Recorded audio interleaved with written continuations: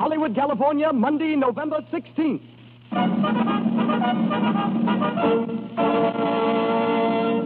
The Lux Radio Theater presents Lily Pons and Adolphe Menjou in Conversation Piece with Marjorie Gateson and George Saunders.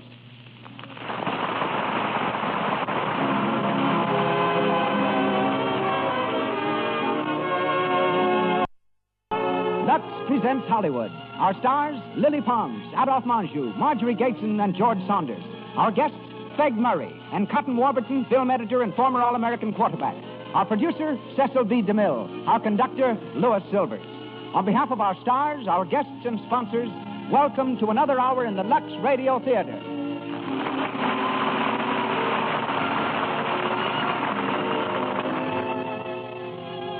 There is no better, easier way of keeping your complexion soft, smooth, and clear than through the daily use of Lux toilet soap. It's not surprising, then, that 9 out of 10 of the screen's loveliest stars protect their complexions with Lux toilet soap. What is surprising is that a large cake of this pure white soap costs only a few cents, so little that every girl can use Hollywood's favorite beauty care every day. Remember to buy a supply tomorrow. Thank you. And now, our producer, ladies and gentlemen, Mr. Cecil B. DeMille.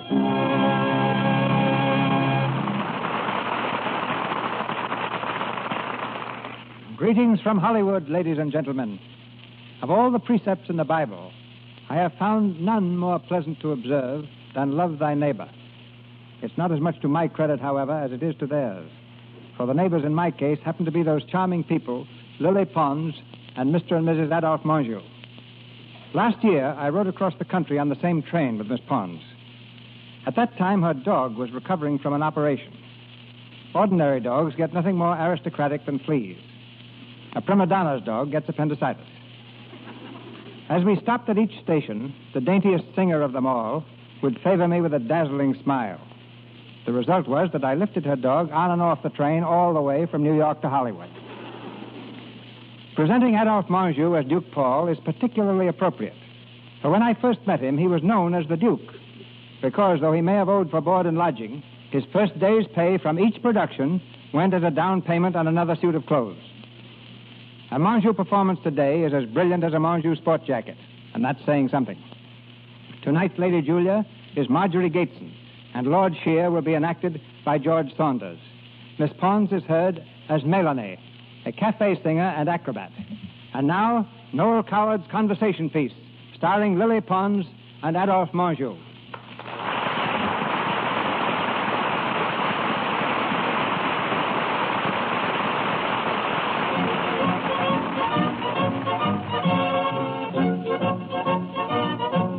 Our play begins in Paris during the year 1809. We're in a small, shabby cafe called Le Petit Girondin. The hour is late, but the cafe is filled with a drinking, boisterous crowd. At a tiny window, seeking relief from the tobacco-laden air, stands the perfect gentleman of the time, Duke Paul, conspicuous in that crowd for his elegant attire and obvious refinement. He has just been joined by Melanie, exquisitely fresh and untouched. Melanie, too, is quite unlike the others. Monsieur, you have come too early. I cannot leave until I sing again. I am impatient to start our new life, mademoiselle. Do you have to juggle your wine barrels, too? No more tricks. Just one song and I will be finished here for the night. Finished here for good, Melanie? Yes, for good. But you seem gloomy about it. No, but I'm in a daze. I'm so afraid I am dreaming. It is really true, all this? Or will I just wake up? Oh, it's quite true. One more turn and you are done with cabarets, finished with tricks, wine barrels, and squalor. But anyone would be in a daze with all this smoke in here. The window is open. Shall we live out together? Then we can breathe and see the stars? Well, let's breathe by all means. Oh, bright it is tonight. You have enough room? Well, it's a tight squeeze. Yes, but cozy. Come now, back to business. You realize that when you sing your last note tonight, Melanie of the cabarets will be no more. Yes. And you will leave here with me as Melanie de Tramont. Who has never been in a cabaret in her life. Exactly. Who was a sweet, fair-haired little girl in an old grey chateau with a wild garden. Yes, excellent, mademoiselle. And whose parents died in the Revolution when she was very young. I will remember, monsieur. You will live for the time being with that nice old lady we called upon. She believes that you are my guardian? Yes. And that I am the daughter of your dear old friend, the Marquis de Tramont? Yes, she suspects nothing. I'm so glad. It is very flattering to be taken for a Marquis' daughter. You must see that you learn to act like one. You must be very careful of your speech, your manners, your whole attitude. I will teach you, and I promise to be as patient as I can. I'm sorry to be so much trouble. It is a question of business, not trouble. As you are now, almost any man would admire you extravagantly. But no rich man would believe that you were the daughter of a marquis and marry you. And if no rich man married you, you could never pay me a rich commission. Why are you laughing? Because here we are, stargazing, while you dictate a new life for us, and only a week ago we had never seen each other. We are not stargazing. We are talking business. Now, but still, the night is all blue, and here I am, a singing acrobat, unknown and penniless, squeezed in a dusty window with you, a great duke. Equally penniless and middle-aged. Oh, no, not middle-aged. Well, getting on, then. A little bit, so nice to me. Look here, mademoiselle, you are talking nonsense. I'm sorry. You are not in the least sorry. Oh, monsieur. If you were, your eyes wouldn't shine like bonfires. My eyes? Put them out. Yes, monsieur. Ah, that's better. And no more sentiment, please. Our new life is a sensible business partnership, strictly. Yes, I know. That is agreed. Even a great duke must eat. And the revolutionaries left me nothing but those few pictures I told you about, which they somehow overlooked. So you are my only possible business asset. You always come back to business. But naturally. We will live on in Paris, as I say, on the little I have saved. I will be very frugal. Then, when we are ready, perhaps something will turn up. Enough money to take us to England and a rich and doting husband for you. I see. England is where we will catch him. Melanie, come here. I'm sorry. They are calling me. I have to squeeze back now and sing. All right. Your last song, mademoiselle. I choose it carefully. A fitting swan song? No, not a swan song. It is a promise. Listen to it, please. Because it is about someone rather like me who promised that she will not betray you and destroy your plans, but who will follow her secret heart, no matter what strategies play, until she finds love.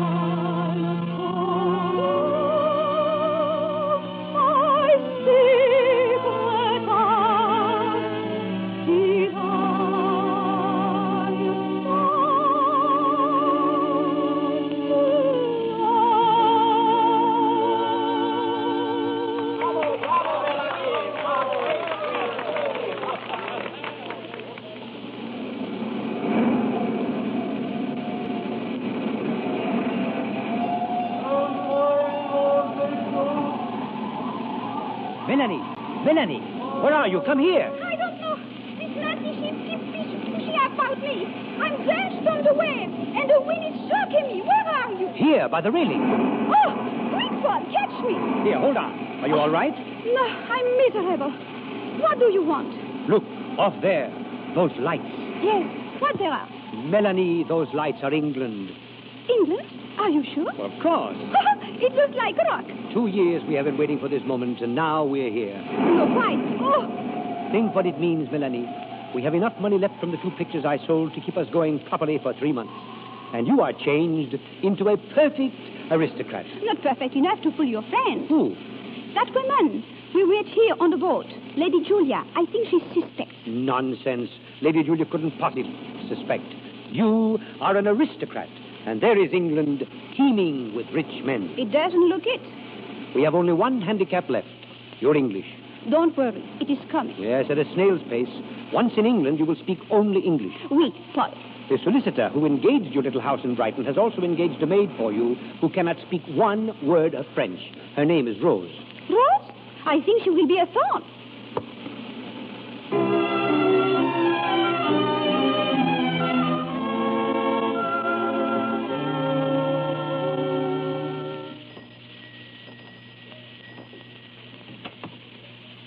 Good morning, Monsieur le Duc. Good morning, Rose. You're bright and early, sir. I told you I would be today to go over Mademoiselle's bills for the month. I have them all ready for you on Mademoiselle's desk. Thank you. And how is Mademoiselle's English this morning? I don't know, sir, but my French is improving by leaps and bounds. I see. There seems to be a lot of veal on this butcher's bill. I keep telling Mademoiselle that it's unreliable. It's not its integrity I question, but its cost. What is this bill here? Oh, that, humbugs, sir. Huh? They're sort of big bullseyes. Bullseyes? Ooh, not real ones, sir. They're sweets, candies. You tuck one in your cheek and it keeps you going for hours. Mademoiselle's very partial to them. Good morning, Melanie. Oh, mon Dieu, personne ne m'a dit. English, Melanie, English. Oh, I did not know you were here. At the door now, Rose. Thank you, sir. Melanie, what on earth's that lump on your cheek? Humbug. They are delicious. Paul, are you mad again? You have been speaking French to Rose and eating too much veal. Please, I'm sorry. Veal is unreliable and expensive. You are eating too many sweets, and unless you learn English quickly, we shall have to go away, just as we came, without money, without position, without anything. Please, do not be angry with me this morning. It is my birthday. Again? Well, I feel like my birthday. How can I make you realize that life is serious? Look at these bills. We've been in Brighton a month, Yes, Paul. and nothing has happened at all. Alors, what will you have me do? Have no food? Have no clothes? Go out into the street in rags and say, marry me to every man I see, or comme vous êtes fâcheux ce matin. English? Zut. You must. Listen, I will be sensible, even in English. I will try to be sensible, but you must not ask me to be serious. This adventure must begin funny. That's because today you feel particularly happy without reason, just as yesterday you felt miserable without reason. You are a creature entirely without balance. I was an acrobat once. Kindly remember that you spent your lisping, carefree childhood in the walled garden of an old grey chateau feeding swans. What is lisping? Never mind. You have never even seen an acrobat, let alone been one. Now then, business, Melanie. What did Lord Shear say to you last night? Not very much, but he was very ardent. He's coming here this morning. This morning? I wrote him a little note from you. I will receive him, and when I have talked to him for a little, he will propose marriage. When he does, you will accept him. When may I love somebody, please? Love has nothing to do with our agreement. I see. What's the matter? It doesn't feel like my birthday anymore. Please, Melanie, no sentiment. And what if I fell in love? Fell in love? Yes. What if I fell in love? But why all this talk of love? I tell you it has nothing to do with our agreement. But what if I could not help it, in spite of your agreement? Then we could have to go away and start all over again. Now, please stop talking nonsense. It is not nonsense. You are so sure that everything in life can be arranged just so, like arithmetic. But why not? Emotion is so very untidy. That is how you feel. Exactly. Very well. I will see our young lord here, but I have not forgotten my promise, Paul. Promise? That last night at a cafe, to follow my secret heart.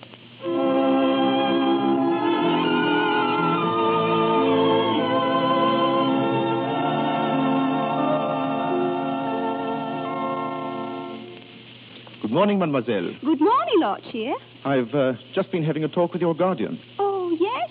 He said I might see you. Oh, it is very nice day. It is not. Very nice. So pretty. Everything here in England is so fresh and clean. Look out there, out of the window, that little boat. How do you say, sailboat? Yes, that's a sailing boat. So graceful in the sunshine, like a white butterfly. Yes. Melanie, I had no idea you had a A guardian? Yes.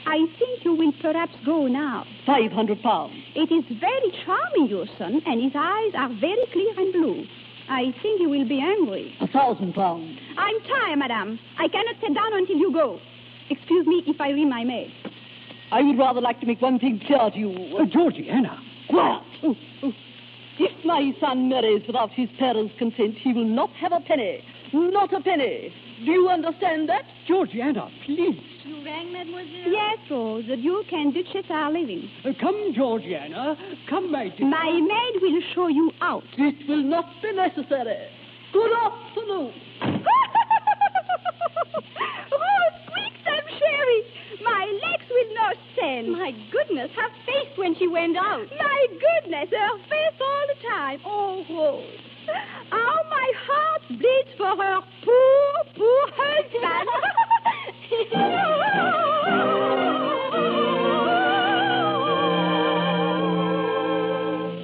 I beg pardon, mademoiselle. There's a lady to see you. What? Another one? Lady Julia Charteris. She says she met you on the boat coming over. Oh, that one? I do not wish to see her. Tell her I'm far away. Yes, mademoiselle. Good afternoon. Oh, please forgive me, but it was so drafty in the hall. Oh, yes. That will be all, Charles. Yes, mademoiselle. Will you sit down? Thank you. I fear that Monsieur le Duc is not here. Yes, I know. It was you I wished to see. I've recently come to Brighton, and I've been so wanting to see you again. I'm very happy, madame. I have so much to talk to you about. Your guardian and I spent a great deal of our childhood together in France, you know. That is very nice. It was such a pleasant surprise to see him again on the boat. I had thought he was dead. No, he's alive. Yes. I knew your father many years ago, the Marquis de Tramont. Yes? Oh, a most witty and delightful man. Yes, he was very nice. I don't remember that he had any children. Oh, yes, two. One boy and one girl. I was the girl. Oh? Where did you live when you were a child? A grey walled chateau near Bordeaux. It's all very distant in my mind. The Chateau de Tramont, no doubt. Yes, there was a small water and swans. I spent all my early years listing there. Oh? Well, you haven't got a list now. No, I lost it in the Revolution. You remember very little about your early life? It is so far away. So very far away from the truth. Madame! Oh, my dear child, don't be absurd. The whole story is idiotic. You've been very badly rehearsed.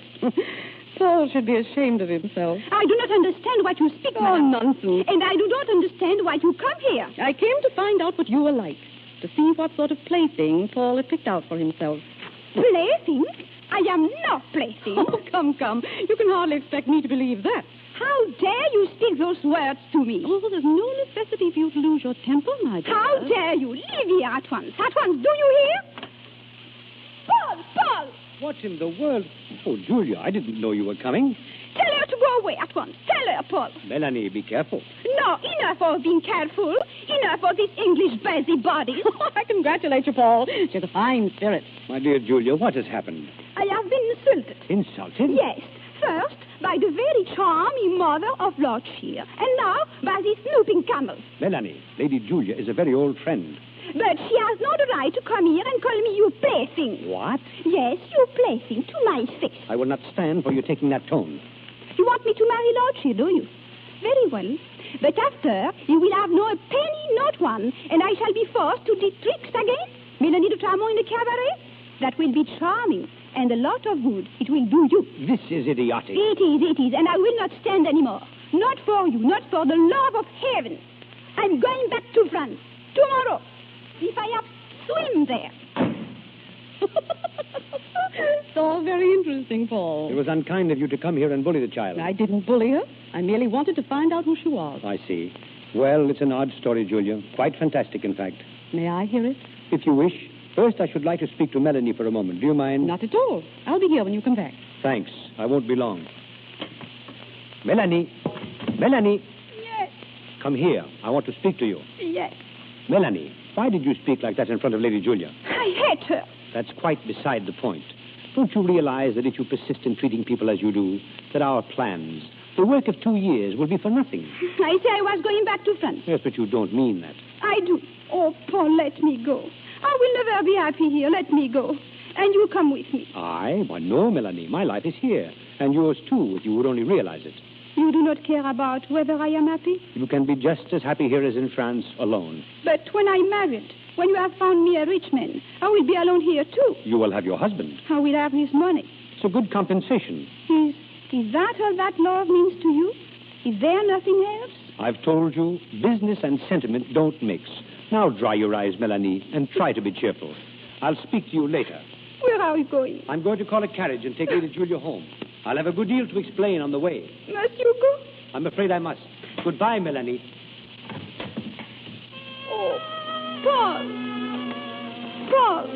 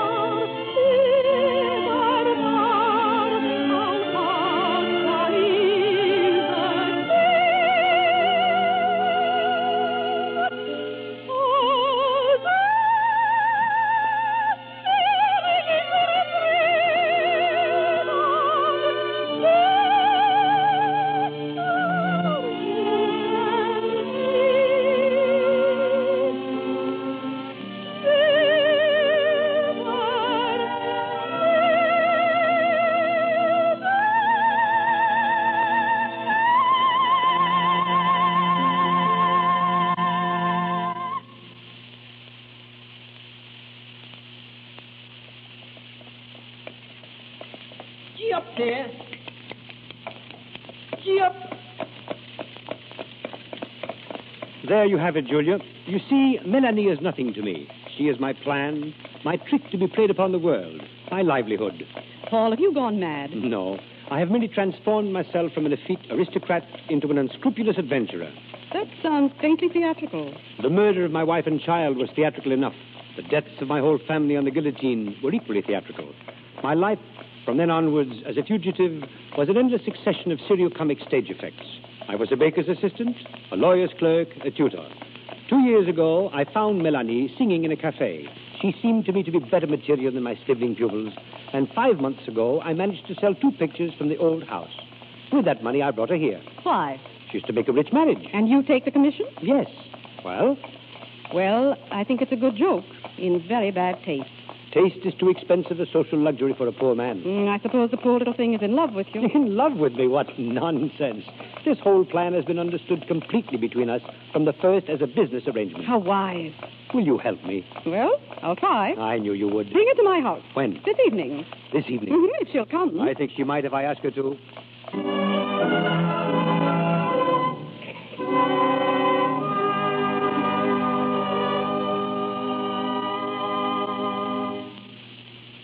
Won't you sit down, Melanie? Thank you. Melanie, I have brought you here for a very good purpose. But first, I wish you would apologize to Lady Julia. No, it's for me to say I'm sorry. I was over-inquisitive, and I jumped at conclusions too hastily. Mademoiselle, I ask your forgiveness. Thank you, madame. I have told Lady Julia everything. She has promised to help us. It's a very interesting story, mademoiselle, and I should like to help to bring it to a happy ending. We can talk quite freely in front of Lady Julia. That is very nice. Oh, well, come now, to business. Business? Oh, yes. In the first place, who do you know? Not one of importance. Melanie, Lord Shear is our only definite proposal so far. Do you like him, mademoiselle? Melanie, will you kindly concentrate? Oh, I do see how difficult it must be for one so young and so charming to banish sentiment entirely. You are sympathetic, madame, but sentiment is very silly. There is no sentiment in the whole world real enough to waste the time upon. Paul has spoken that very often. Let us now then make business.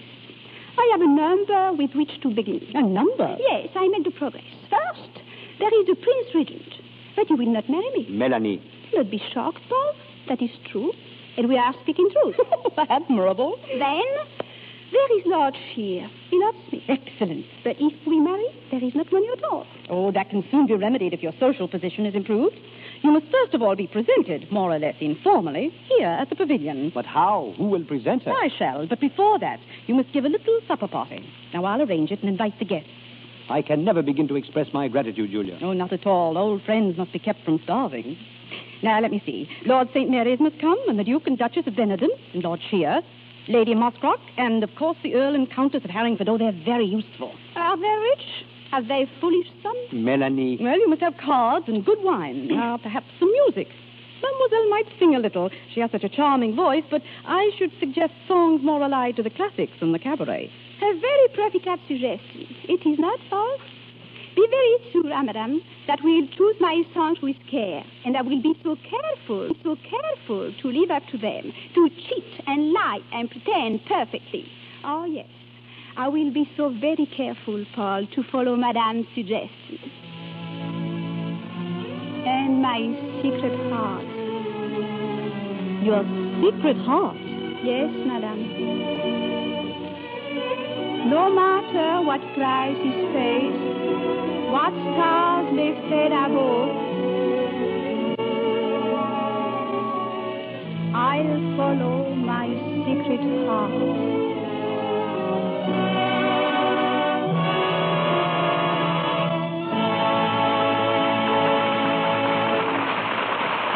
Pause for station identification.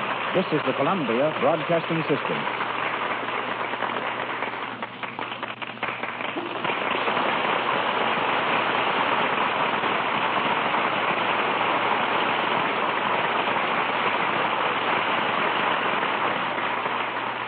Conversation piece starring Lily Pons as Melanie and Adolphe Monjou as Duke Paul continues shortly from the Lux Radio Theater.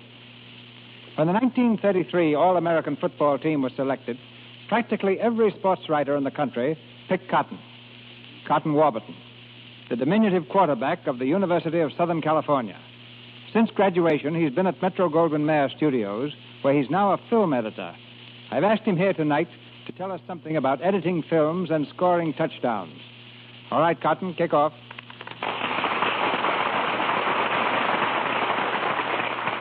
Thank you, Mr. DeMille.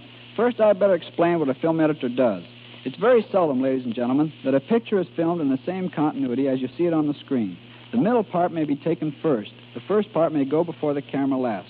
All this must be joined in its proper sequence and music and sound effects injected. Cutting is a major problem. In The Good Earth, for example, 2.5 million feet of film were shot, enough for 200 pictures. It's our job to cut The Good Earth to 12,000 feet. You know, Mr. DeMille, I thought I was through with football when I went in the picture business, but I'm still calling signals. Take this, for example. 25D, F, 38762, scene 2 28A, take 3, date 10-6. Now, let's call time out while you explain that to the audience.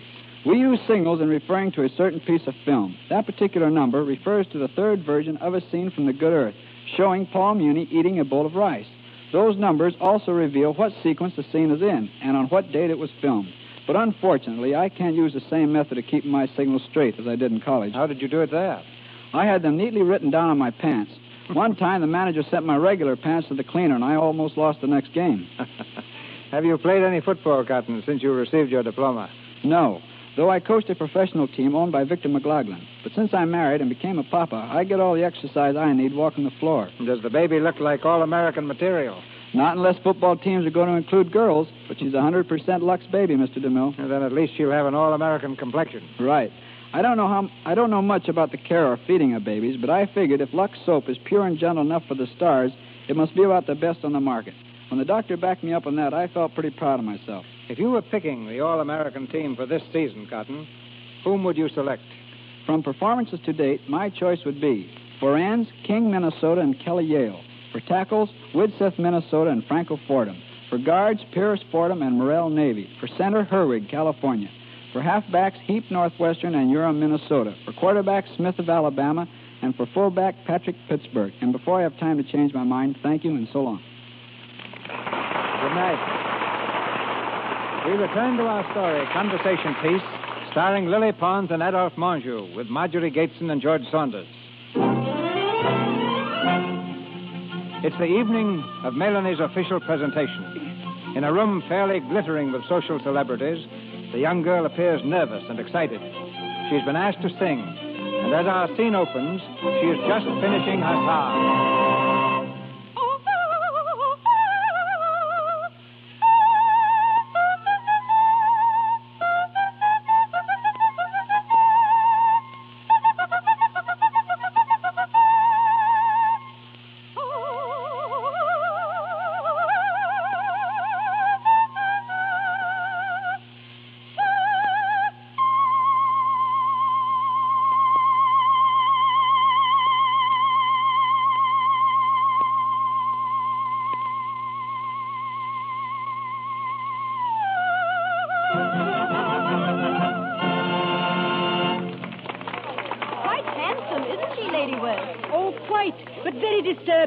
She doesn't seem to fit in, if you know what I mean. Yes, her background is a bit, shady, don't you think, Lady Harrington? I wish we could find out more about her. Well, I'm going to ask. You can't be too careful these days about the people you meet. Since Lady Julia was the one who presented her, perhaps she will give us a little information.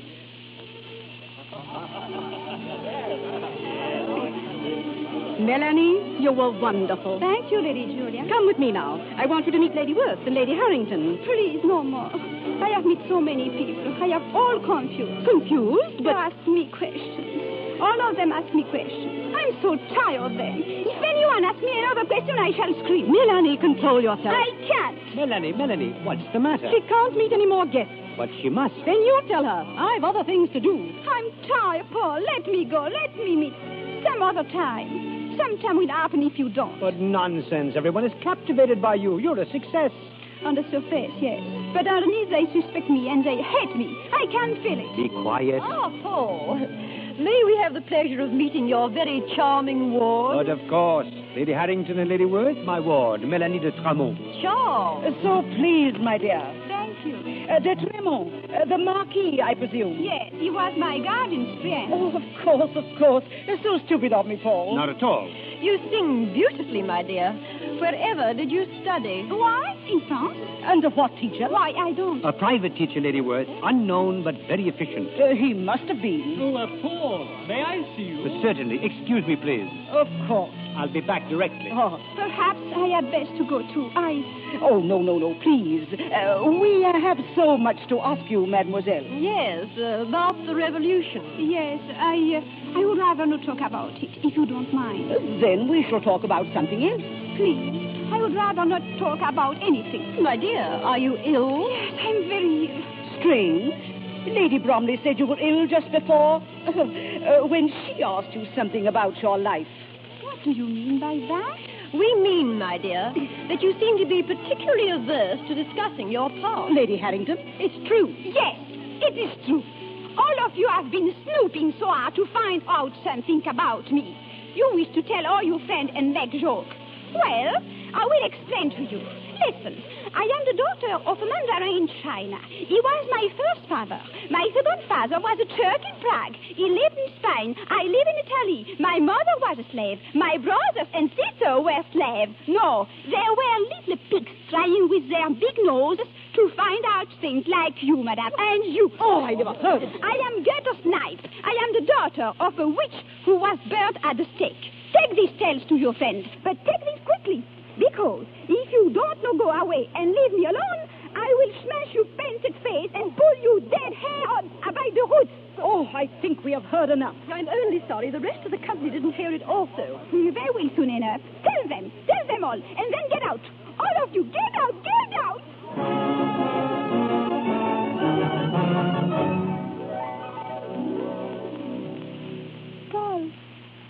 Paul, where are you? I am here. Lie quietly, Melanie. Oh, what happened, Paul? You fainted. You'll be all right now. Oh, yes, I remember. All the people. They are gone? Thanks to you, yes. Oh, Paul, I'm sorry. Why did you do it? I don't know. I asked you to let me go. You did it deliberately, didn't you? No, Paul, I swear. You wanted it to happen. All along, you wanted it. Yes, I did. You've ruined everything. I hope you realize that. Yes, but I don't care. Let them go. Let them leave us. I won't want to marry. I don't want. I can't. It's you I love, Paul. What? It's you. I love you, Paul. That is why I have been so nappy. Melanie, this is a farce. Is it farce to be loved to me? But there can be no love between us. It's not only a farce, it's madness. Oh, no. It is only a very simple truth. You have broken your word, you have lied, and you have made me ridiculous. A fool. That is the simple truth. And you, in all your clever plans, did you once think of me? Never. All that was understood between us from the beginning. You knew everything, and you agreed to everything. I could not answer for my heart. Your heart? I love you, do you understand? Call me mad.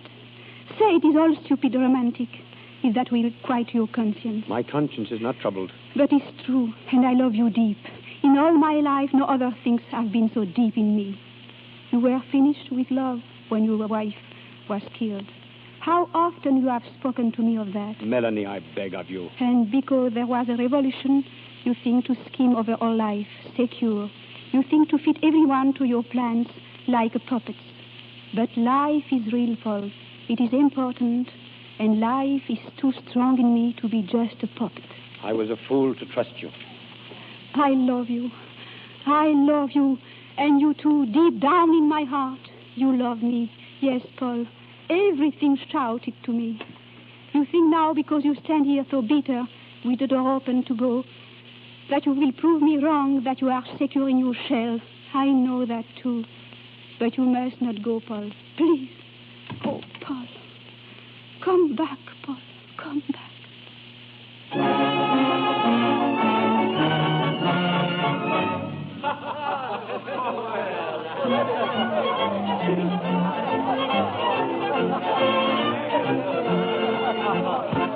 Ladies and gentlemen, it is my pleasure to announce to you the return to Le Petit Girondin of Mademoiselle Mélanie.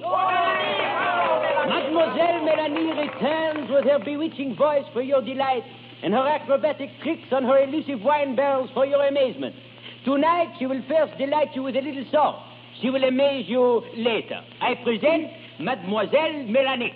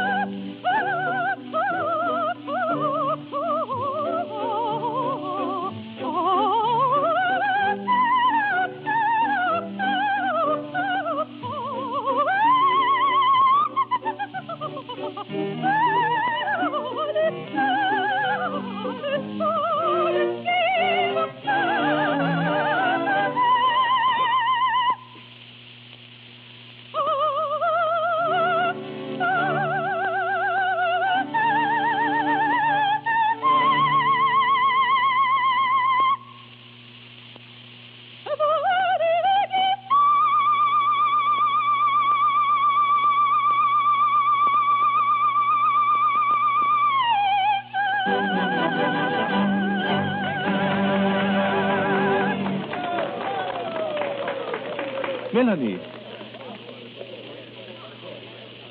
Melanie. Oh! Are you here in France? Thank God you're all right. To be with you I came, that's all. We can't talk here. Come with me, quick. Oh, Melanie. Here is a little window in the shadow. This one. It will squeeze us to look out, but we will be less conspicuous. All right. How did you know where to find me, Lord here? I asked Lady Julia and Rose for everything they knew. I had to find you if only to see that you were all right. They told you everything? Yes, between them. I made them. So do you understand now? Yes, I understand. Then, why are you here? I love you. But I know. But I had to tell you, Melanie. there is only room for one true love in my heart. My secret heart. I understand. I see you. The stars are thick tonight. You're not looking at them. I see them in your eyes. They are flooded with stars. I'm sorry. No, do not be ashamed of these tears. They are fine and manly. See, I keep them. Oh, thank you, my dear, for being so sweet to me. Melanie, you don't know how I've longed to kiss you. I hope I'm not intruding. Oh, mon Dieu, Paul. You here too? Yes, I was worrying about you. This is an unexpected pleasure, Lord Shear. And how do you do? Worrying? I see now there was no need. But when I went back to your house and found you gone... You went back? The day after. I did not know Lord Shear was with you, and naturally I felt a responsibility. However, it was plain when I interrupted you just now that you have returned to reason. Yes, Paul. Lord Shear, I congratulate you. Oh, but... Yes, Paul. It's so pretty to see youth in love. Please, keep our looking. I have a brandy at the table. If you'll please excuse me, I'll wait there. Shall we lean out of the window, Paul? With pleasure. It's still dusty, I see. Yes, Paul. You are going to marry. Yes, Paul. I'm very glad. Yes, Paul. You're in love? Yes, Paul. So am I. Yes, Paul. What is the matter with you? Can you say nothing else but yes, Paul? There is nothing else to say. When are you going to be married? Soon, very soon. What about money? That will no matter. Never does. Have you anything to reproach me with? No. Well, then, there is really nothing else except this. What is... One other thing. What is this? Bugs, your favorite candies. Oh, Paul, please open them. And other things. It's all true what you said, Melanie. I do love you. There, they're open. And if you want an bug now... Yes, please. I love you desperately, with all my heart. And I know now that I can never prove you wrong. Ouch! What is it? My muscles. They are not used to acrobatic. So, Melanie, you are going to marry Lord Shear after all. Certainly not. I'm going to marry you, my darling. Melanie. Wait. Business now. I must go this moment and amaze the clientele with some tricks. Quick, another humbug. Never mind. Business can wait. What was that in your song? No matter what price is paid, what stars may fade above,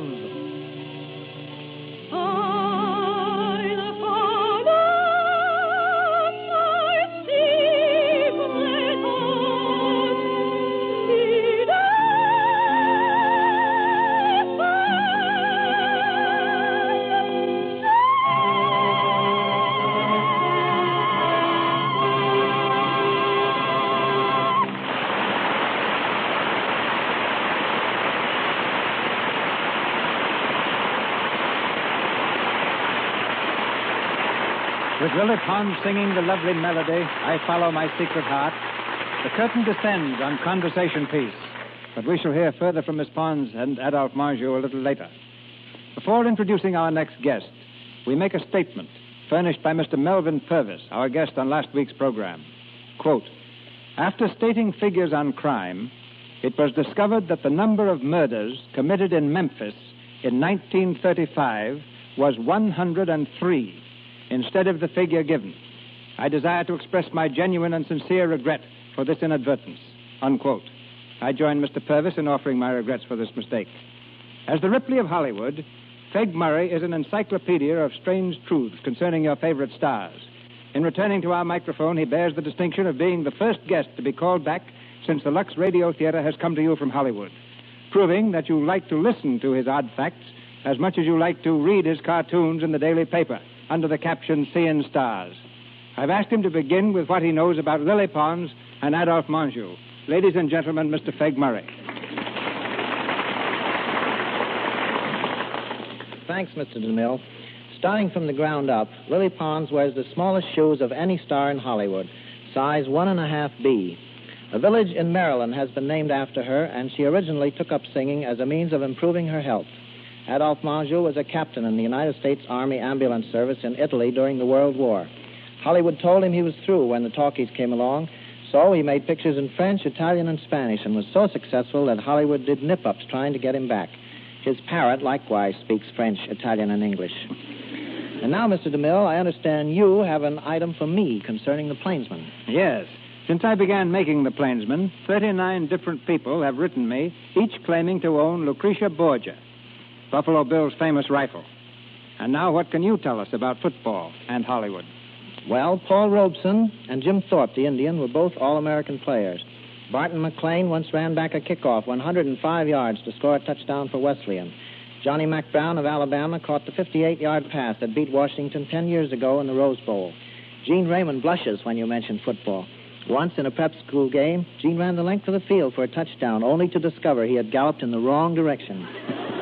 Dolores Del Rio should also be mentioned here. She's never seen a football game. Dolores, who is Gary Cooper's aunt by marriage, doesn't know what she's missed, just like those girls who may never have used Lux toilet soap. I think the strangest fact I could find in Hollywood would be a movie star who doesn't use Lux soap. And here's another fact people may not know. That wonderful aroma in Lux soap comes from 34 different ingredients gathered from the far corners of the earth. Now, suppose I turn you loose with whatever facts you care to give us. Swell. In Lloyd's of London, Freddie Bartholomew eats roast beef that costs $1,502.10. And they must have ordered it from a nightclub. The meat itself cost only $2.10. The $1,500 was the cost of time lost in getting that roast beef to steam properly for the cameras. Shirley Temple has a life insurance policy which is void if she takes up arms in defense of her country or meets death by accident while intoxicated. Lionel Stander, who appeared in 28 Broadway flops in 8 years, has one green eye and one brown eye. And speaking of variety, there's a tree on Elisa Landy's estate which bears oranges, lemons, grapefruit, and kumquats, all from the same root. Fred Astaire has spent more than 200 hours dancing on air. In each dance, he's in the air 1 second out of every 5. And there's a card on file in a Hollywood studio which turned Fred down with the following notation at the bottom. Astaire also dances. Any more inside information? Just one more fact, and this is strictly from the inside. Warner Baxter's appendix is on his left side instead of his right. Good night. Good night. If the statement of Dr. Samuel Johnson is true, that a Frenchman must always be talking, tonight's stars must have felt at home in a play whose title is Conversation Piece. Miss Pons was born in southern France, while Mr. Menjou, a native of Pittsburgh, is the son of a Frenchman. They now resume the conversation. Mademoiselle Pons, Monsieur Menjou. Don't forget that you're partly French yourself, Mr. DeMille. Yeah, but I'm not the boulevardier. You are, Monsieur Menjou. Thank you. Why don't you foreigners talk English like me?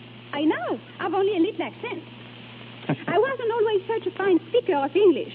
It's very hard to learn. So many words. You spell them almost alike, but you pronounce them so much different. I once made up a poem about it. You like me to recite, Mr. We'd DeMille? be delighted, Miss Pons. Very well. I recite. If L-A-U-G-H spells laugh and B-O-U-G-H spells go, surely C-A-U-G-H is calf and C-O-U-G-H is cow.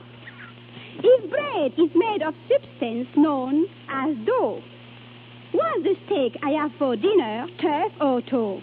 I still am quite unable, as I got up from the table, to be sure if I was truff or through or throw. Beautiful. Beautiful. And if your dog gets sick again, I suggest you see Mr. Menjou. He knows all about dogs. So? Yes, I raised them, Miss Pons, just as a hobby, cans and psylliums. Where do you learn about growing dogs? Well, I used to work on a farm. I learned quite a bit about livestock before I got into pictures. Excellent training. The foreman told me the other day that the cows have gone so high-hat they refuse to be washed down unless the farmhands use Lux toilet soap. Who can blame them? All beautiful ladies use Lux soap.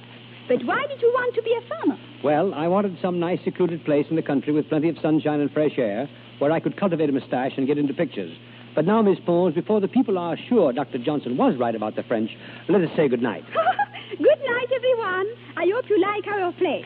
Good night, mademoiselle. Good night, Miss Pons, Mr. Monjou, our thanks.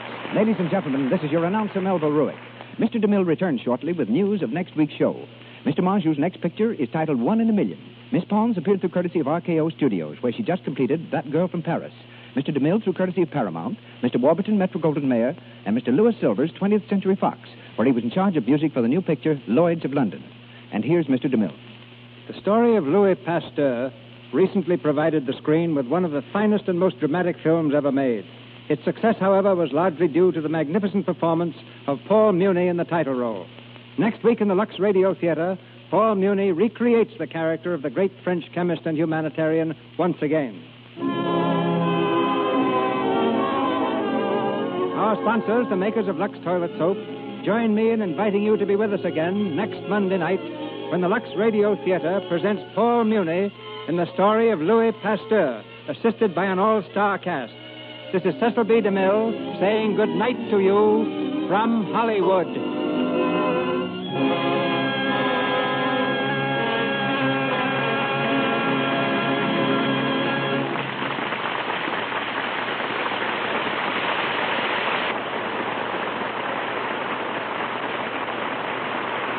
This is the Columbia Broadcasting System.